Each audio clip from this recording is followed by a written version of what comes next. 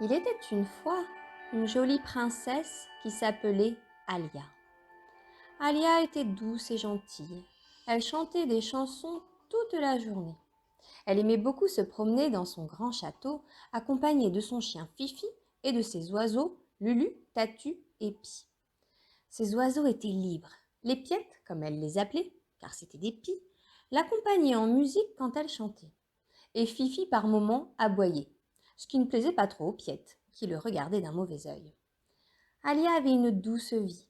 Ses parents étaient partis il y a longtemps et n'étaient jamais revenus. Elle n'avait jamais su ce qui s'était passé, mais acceptait maintenant la solitude, et le chagrin était passé, car la vie continue. Belle et gentille comme elle était, les princes voulaient tous l'épouser, mais aucun ne plaisait à Alia. Vous pouvez partir, mon cœur n'est pas à prendre. Et elle s'en retournait chanter dans la forêt. Elle expliquait ainsi à ses 4 amis la raison de son rejet. Je ne veux pas d'un prince dans ma vie. Je ne veux pas de quelqu'un qui change mes habitudes. Je suis bien ainsi. Non, je ne suis pas seule. Je vous ai vous et tout le personnel du château. Quelqu'un qui m'aime. À quoi bon m'aimer? Je m'aime déjà assez. Je n'ai pas besoin d'un autre amour. Mais les années passèrent et la solitude d'Alia commença à se faire de plus en plus grande. Et l'idée de pouvoir un jour enfanter s'effaçait d'année en année. Un jour, elle en eut assez et elle déclara que celui qui pensera m'aimer toute sa vie, envers et contre tout, puisse me prouver son amour d'une manière que personne n'a jamais fait, qu'il soit créatif. Et si personne n'y arrive, alors tant pis, je resterai ainsi, seule avec mes amis jusqu'à la fin de ma vie. Les prétendants se bousculèrent pour tenter de conquérir, par des idées les plus incroyables les unes que les autres, la belle Alia. Mais personne ne réussissait.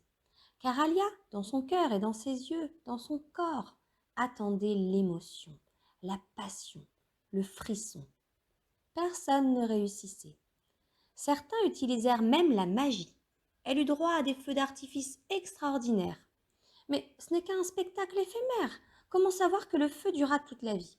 Non merci, vous pouvez disposer. Un autre prince lui fit apporter 1000 roses. Mais cela non plus ne lui convenait pas. 1000 roses, et après? Elles sont belles aujourd'hui, le seront moins demain.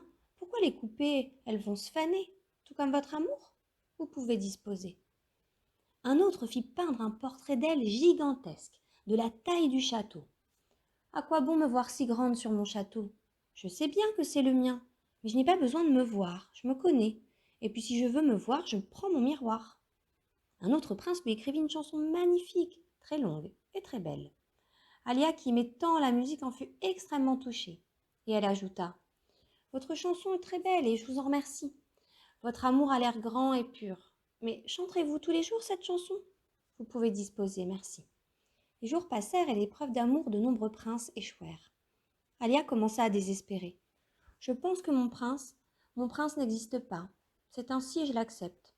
Dans 2 jours, tout s'arrête. Je suis fatiguée de tout cela et cela me rend plus triste qu'heureuse de voir tous ces princes qui me prouvent leur amour et moi qui les fais partir. Je ne veux pas les rendre tristes. Et plus je les vois partir tous plus tristes les uns que les autres et plus j'aspire leur tristesse. Je ne veux pas finir triste, je ne l'étais pas avant. Il faut que cela cesse. Mais c'est ainsi qu'à la fin du 2e jour, sur les dernières minutes, un prince arriva, tout essoufflé, les mains vides. Il s'agenouilla et voici ce qu'il dit à Alia. Ma princesse, j'ai parcouru le monde pour vous rejoindre. J'ai affronté des tempêtes et des monstres, tous plus forts les uns que les autres. J'ai eu la patience d'affronter mon destin pour vous retrouver avec la crainte qu'un prince plus chanceux que moi ouvre votre cœur. J'ai fait preuve de courage, je crois, et de beaucoup d'espoir. J'y ai cru jusqu'au bout, et je suis là. Qu'avez-vous donc de si extraordinaire à me présenter? Je ne vois rien dans vos mains. Ma princesse, ma douce princesse, j'ai bravé toutes les tempêtes pour vous offrir mon cœur et l'unir au vôtre. J'ai persévéré, j'ai lutté, j'ai continué encore et encore pour vous offrir mon amour. Parce que tout le reste, ma princesse, nous allons le faire ensemble. On vous a offert des milliers de fleurs que l'on a coupées et qui sont désormais fanées. Mais moi, je vous planterai des fleurs qui dureront toute la vie et qui pousseront encore et encore. On vous a écrit une chanson que l'on vous a chantée une fois. Mais moi, je vous en chanterai quand vous en voudrez des chansons. Je vous chanterai les récits de mon combat pour vous conquérir, encore et encore. On a fait peindre votre portrait. je ferai peindre le nôtre.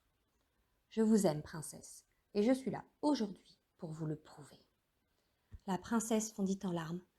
Mon beau prince, c'est exactement ça que j'attendais. La princesse Alia et le prince Falon se marièrent et vécurent très heureux. Ils n'ont pas pu avoir d'enfants, alors ils en adoptèrent beaucoup et ils leur offrirent une très belle vie.